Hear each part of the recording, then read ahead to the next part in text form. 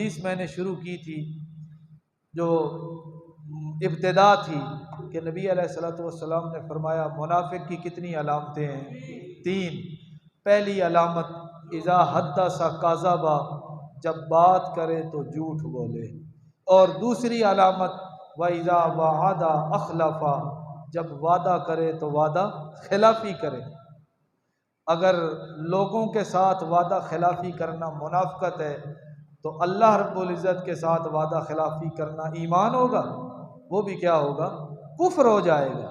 ہاں، وہ منافقت نہیں بنے گی۔ اللہ کے ساتھ وعدہ خلافی کرنا کیا بن جائے گا؟ کفر بن جائے گا۔ اور تیسری علامت نبی علیہ السلام نے فرمایا وَإِذَا اؤْتُمِنَ خَانَ، منافق کی تیسری علامت یہ ہے کہ جب اس کو امین بنایا جائے، جب اس کے پاس امانت رکھی جائے، خانہ، وہ اس کے اندر خیانت کرے۔ وہ اس کے اندر کیا کرے؟ خیانت کرے۔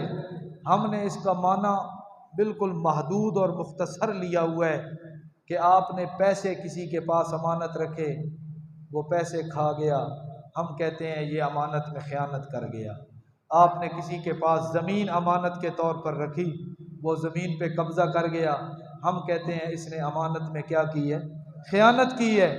حالانکہ صرف یہ بھی خیانت ہے، لیکن اس کا یہ معنی نہیں ہے کہ ہم اس کو صرف اسی معنی کے اندر محدود کر لیں۔ یہ جسم اللہ کی امانت ہے۔ یہ جسم کس کی امانت ہے؟ اللہ رب العزت کی امانت ہے۔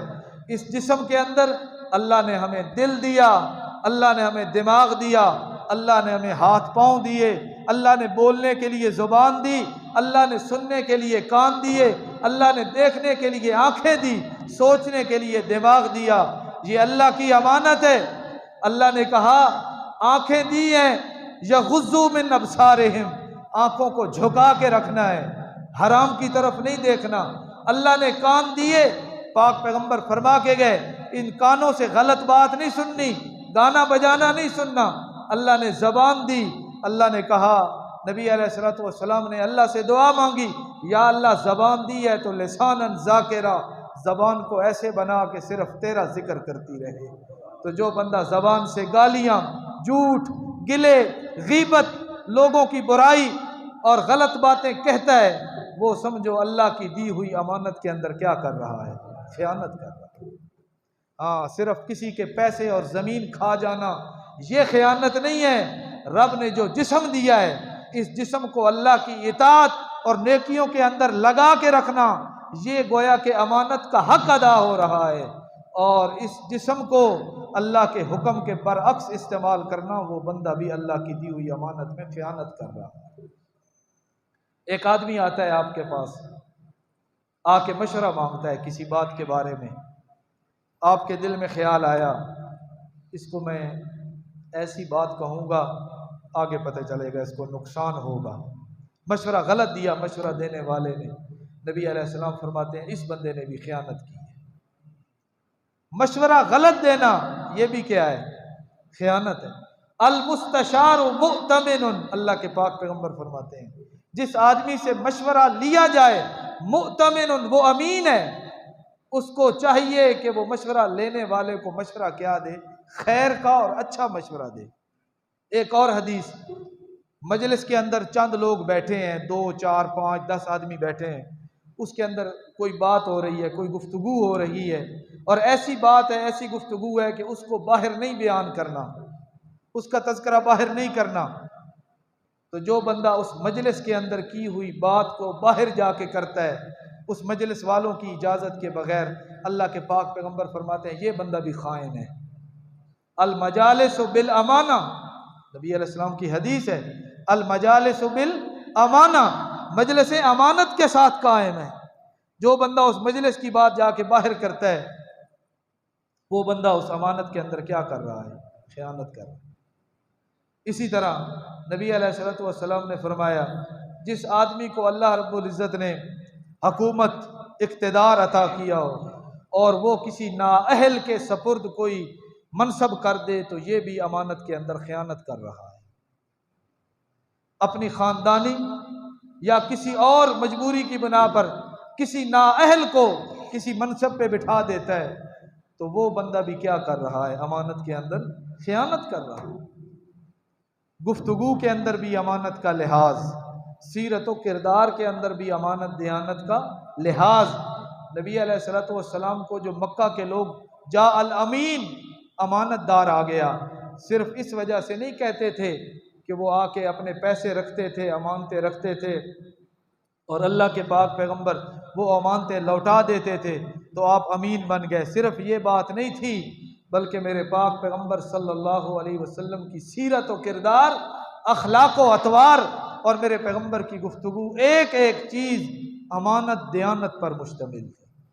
ہر موقع پر لوگوں کی خیر خواہی چاہنے والا بندہ وہ امین ہے، جو لوگوں کی بدخواہی چاہتا ہے، اس کو نقصان ہو جائے، اس کو تکلیف پہنچے، تو وہ بندہ امانت دار نہیں ہے، وہ بندہ کیا ہے؟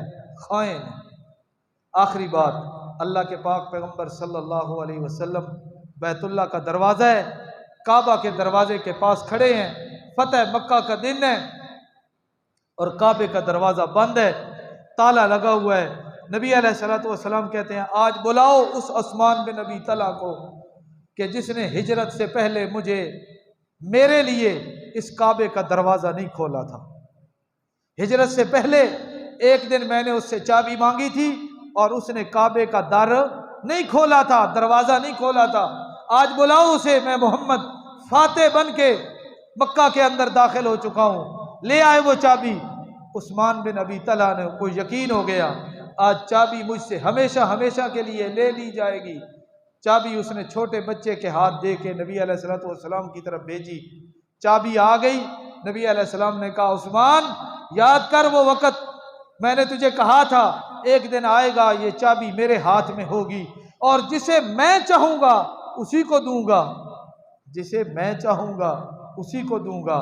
آج چابی میرے ہاتھ میں ہے، تو نے تو آج سے 10 سال پہلے میرے لیے کعبے کا دروازہ نہیں کھولا تھا، آج چابی کا مالک میں ہوں۔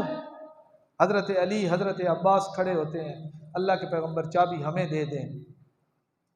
نبی علیہ السلام کہتے ہیں میرے دل میں آئی بھی صحیح، خیال بھی آیا کہ چابی دے دوں حضرت عباس کو، اپنے چچا کو، حضرت علی کو دے دوں میں یہ چابی، لیکن رب کا حکم آ گیا، ان اللہ یامرکم ان تؤدوا الامانات الی اہلھا۔